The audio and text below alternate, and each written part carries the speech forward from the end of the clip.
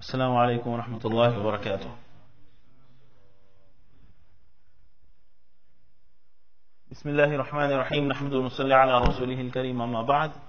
رب اشرح لي صدري ويسر لي أمري واحلل عقدة من لساني يفقهوا قولي. Before I get started, we have a request to make dua. Our brother Mahdi, the brother outside who keeps an eye on the property as we are praying, he's feeling sick. So we ask Allah subhanahu wa ta'ala to grant him a full and speedy recovery and have him back here in no time, inshallah.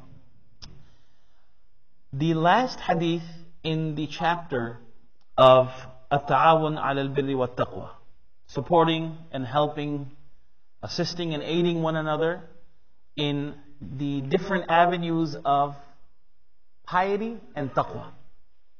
Subhanallah, it just happens to be that this hadith is very pertinent to, I want to say maybe this time of the year or our situation.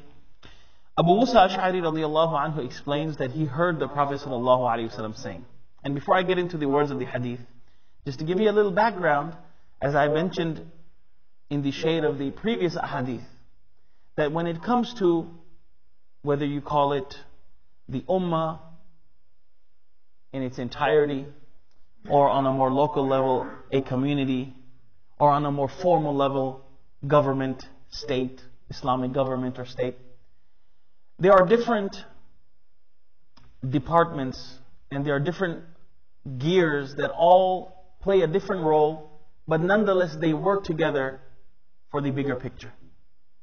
For example, I mentioned that everyone in a community has something to bring to the table, whether it's a talent, a skill, whether it's manpower or money power. Some people have the time, some people have the money, some people some people don't have any. They have something to bring to the table. Whatever it is, the fact that a person has something to bring to the table should be motivation enough to help everyone work together for the greater cause. The Prophet ﷺ has said, Al-Khazin al-Muslim al-Amin الذي ينفذ ما أمر به فيعطيه كاملا موفرا طيبة به نفسه فيدفعه إلى الذي أمر له به أحد المتصدقين متفق عليه. The Prophet ﷺ said, Al-Khazin al-Muslim al-Amin, a treasurer who is a Muslim and who is trustworthy. Okay? So what does Al-Khazin mean? In a more formal sense of Al-Khazin, someone who has been appointed by the state to protect the funds of Baytul Mal. Someone appointed by the state to protect, govern the funds in Baytul Mal, whether it's zakat, whether it's sadaqat, whether it's khiraj, whatever type of taxes that are levied, to be in charge and look over all of these funds and to distribute it to those who are entitled and eligible for those funds. This is who is Al-Khazin. Al-Muslim in the literal sense means someone who submits to the will of Allah subhanahu wa ta'ala. Al-Amin, someone who is trustworthy. Not someone who abuses the trust or fund. الَّذِي يُنْفِذُ مَا أُمِرَ بِهِ. The Prophet ﷺ is defining what Al-Khazin al-Muslim al-Amin mean. Someone الَّذِي يُنْفِذُ مَا أُمِرَ بِهِ, who always carries out the duties that are assigned to him. Okay? The duties that are assigned to him. The duties are to be assigned. So being in charge of the funds of the ummah, of the community, is something that a person should be asked to do, rather than a person should ask to do it. Being in charge of the funds is something that a person should be asked, requested, or commanded to do, not something that a person should ask to do or request to do. Okay? Unless there is no other choice and the situation is such that if a person does not put themselves in the picture, then the safety and security of those funds will be gone. Then a person can put themselves up. Case in point, Yusuf alayhi salam. when he got to a certain point and stature and rank in front of the king of Egypt, what did he say? اجعلني على خزائن الأرض. Appoint me as the treasurer of all of the funds. Okay? And then the Prophet ﷺ explains, فَيُعْطِيهِ كَامِلًا مُوَفَّرًا, and he gives that in full. What does it mean? That if someone eligible or entitled to that comes, he does not cut corners, he does not make excuses. If someone is asking for their haqq, he gives it completely.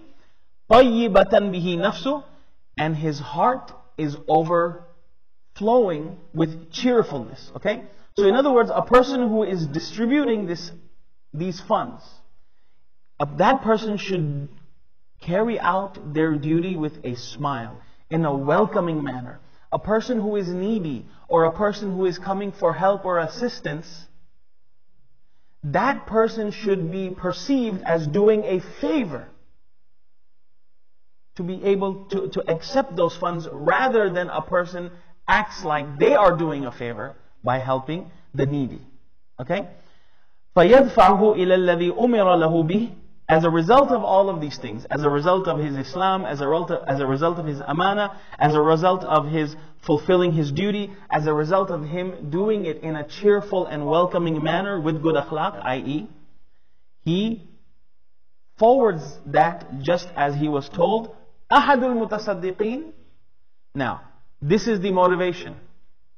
Okay? The motivation of being in a position to execute all of these things is what?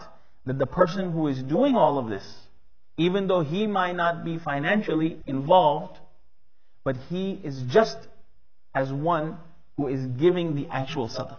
Okay? Now, let me make one thing clear. This hadith is not a discouragement against serving the ummah or against serving the community. It is an encouragement that if someone chooses to do so, then a person should fulfill its right.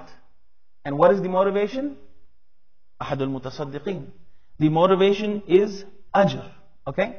So now, the one who has been given the responsibility to forward sadaqah and does it rightfully so, even though he has not put a penny into it, that person will receive the reward as if a person is getting sadaqah.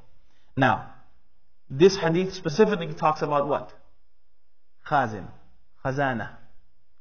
But this message can also be extended to any responsibility, whether formal or whether informal, whether ummah related or community related. Any responsibility that a person has been entrusted with, number one, al-amana. Trustworthiness should be there. Al-Islam, submitting only to the will and the agenda of Allah subhanahu wa ta'ala. Number three, a person should not be passive about it and should do exactly what the responsibility entails. طَيِّبَةً بِهِ نَفْسَهُ. A person should always display good akhlaq. And then at the end, the intention should be that I am here to serve, not to be served. You know, on the side of the police cars, to protect and serve. It's not to project and be served. Okay? It is to protect and serve. We ask Allah subhanahu wa ta'ala to guide all of us, to grant us sincerity, and allow us to fulfill whatever responsibility that we have, whether it's being a father, a big brother, a son, whatever responsibility that we find ourselves in, we ask Allah subhanahu wa ta'ala to allow us to execute that faithfully and sincerely and to its complete right. Jazakumullahu khair.